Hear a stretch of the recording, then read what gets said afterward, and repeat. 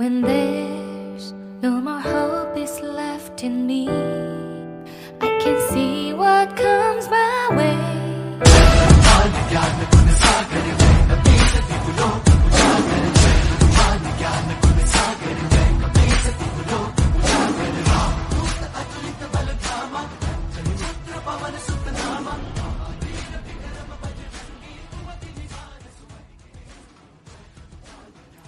यहाँ हम हनुमान जी की बचपन की कहानी विषय पर चर्चा करेंगे।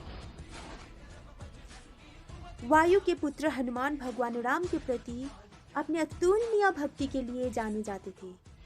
निस्वार्थ सेवा और भक्ति के माध्यम से उन्होंने भगवान राम और उनके परिवार का प्यार जीत लिया था और उनके आराम के अलावा और कुछ नहीं सोच सकते थे और होंगे। बहुत समय पहले मेहू के पहाड़ों में महान ऋषि गौतम का आश्रम था। उस आश्रम में केसरी और अंजना नाम का एक वानर जोड़ा रहता था। अंजना एक बार एक दिव्य युवती थी। एक श्राप के परिणाम स्वरूप एक वानर महिला में बदल गई थी।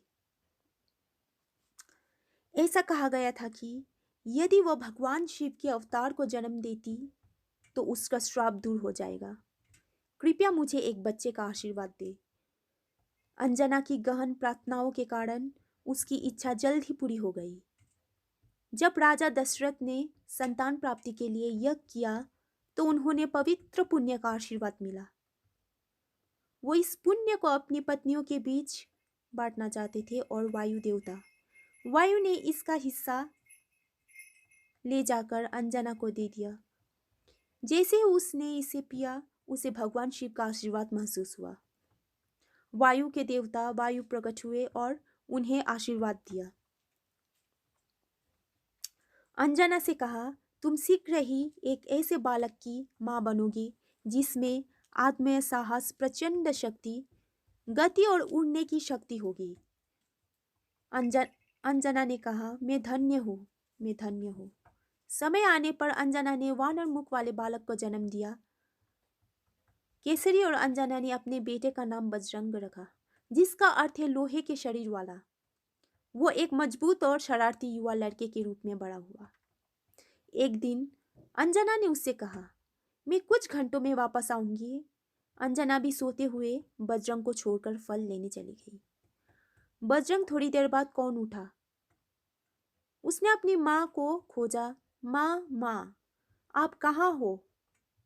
ओह माँ, मुझे भूख लगी है। बजरंग खाने के लिए कुछ ढूंढने लगा।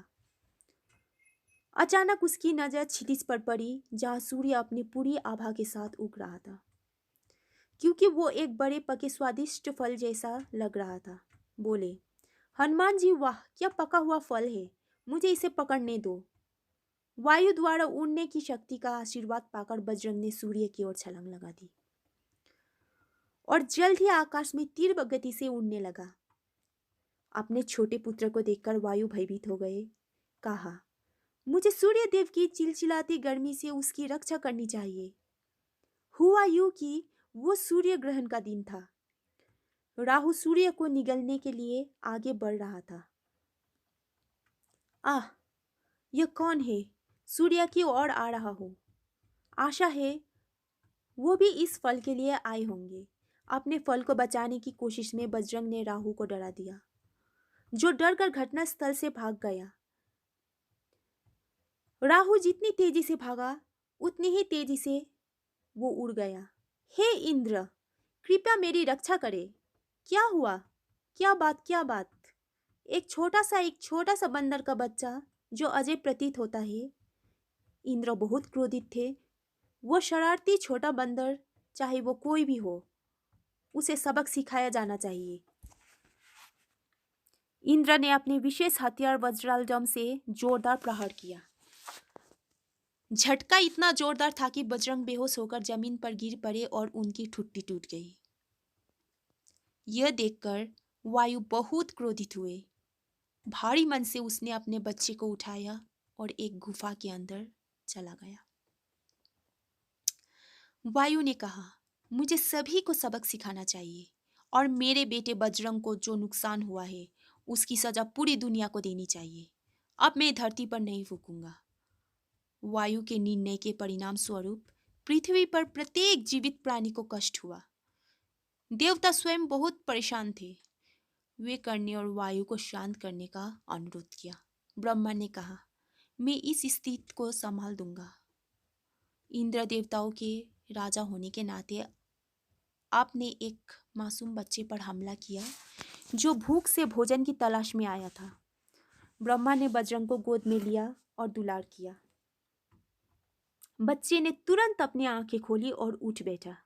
नन्हे बच्चे ने वहां एकत्र सभी लोगों का सम्मान किया और कहा, हे देवो, मुझे आशीर्वाद दो।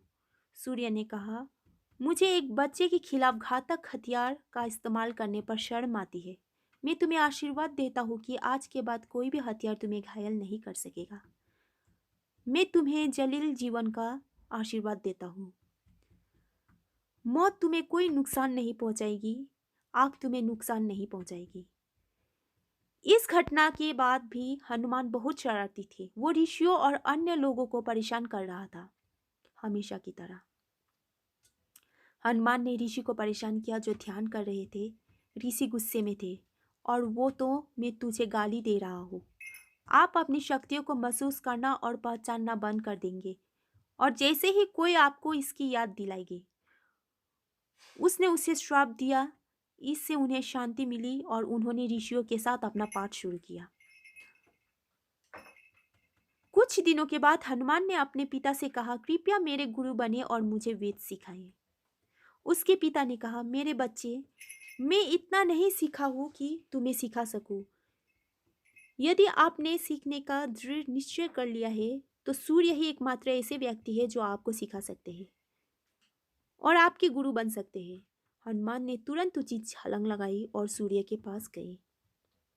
सूर्य ने हनुमान से कहा, क्या आप फिर से हनुमान हैं? इस बार आपको यहाँ क्या लाया है? क्या तुम मुझे फिर से निगल जाओगे? हनुमान ने उन्हें उत्तर दिया, नहीं, बिल्कुल नहीं। बचपन में मैं अज्ञानी था। अब मैं बड़ा हो गया हूँ तो ज्ञान प्राप्त करना चाहता हूँ। ज्ञान की मेरी प्यास मुझे यहाँ ले आई। आपसे ही 60 लाख ऋषियों ने वेदों का ज्ञान प्राप्त किया है। क्या आप मुझे भी पढ़ाने की कृपा करेंगे? सूर्य ने कहा, मैं लगातार गतिशील रहता हूँ। मैं तुम्हें पढ़ा नहीं पाऊंगा। मैं सीखने के लिए आपके साथ चलता हूँ और आपका अनुसरण करता हूँ। ठीक है, मैं तुम्हें सिखाऊंगा। आपको ध्यान से सुनना चाहिए। मैं दोबारा कोई भी हिस्सा नहीं दोहराऊंगा। मेरे अनुसरण करें और साथ ही सीखें, तो फिर तुम मेरे शिष्य हो सकते हो।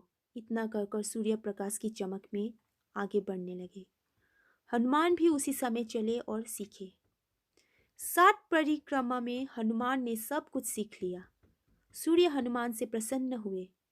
हनुमान ने कहा, धन्यवाद गुरुजी, मुझे बहुत खुशी है कि आपने मुझे सब कुछ सिखाया। आपसे वेद सीखने का सौभाग्य मुझे मिला। मैं तुमसे प्रसन्न हूँ। सूर्य ने कहा, अब आपके लिए गुरु दैत्याना देने का समय आ गया है। हनुमान ने कहा, कृपया गुरुजी, मुझे आपसे यह पूछने में सम्मानित महसूस हो रहा है कि आप मुझसे क्या अपेक्षा करते हैं। सूर्य, मैं आपसे केवल इतना अनुरोध करता हूँ कि आप देवनर राजा सूर्य को मंत्री बने। वो मेरा बेटा है और मैं उम्मीद करता हूँ कि आप हमेशा उसके साथ रहोगे और उसके जीवन के रक्षक बनोगे। अब और हमेशा के लिए हनुमान ने कहा, आपके पराक्रमी पुत्र के साथ रहने से मेरी महिमा ही बढ़ेगी। मैंने उसकी रक्षा करने और उसके जीवन को इस तरह संजोने का वादा किया जैसे कि यह मेरा अपना जीवन हो। इतना कहकर हनुमान ने सूर्य से विदा ली। उसे किसने आशीर्वाद दिया? हनुमान पारंपरिक ग्रंथों में सबसे अधिक विद्वान थे और आदित्य उपहारों से संपन्न थे। आज के लिए बस इतना ही। अगर आपको मेरा वीडियो अच्छा लगा तो एक लाइक कीजिए, शेयर कीजिए, कमेंट कीजिए और सब्सक्राइब कीजिए।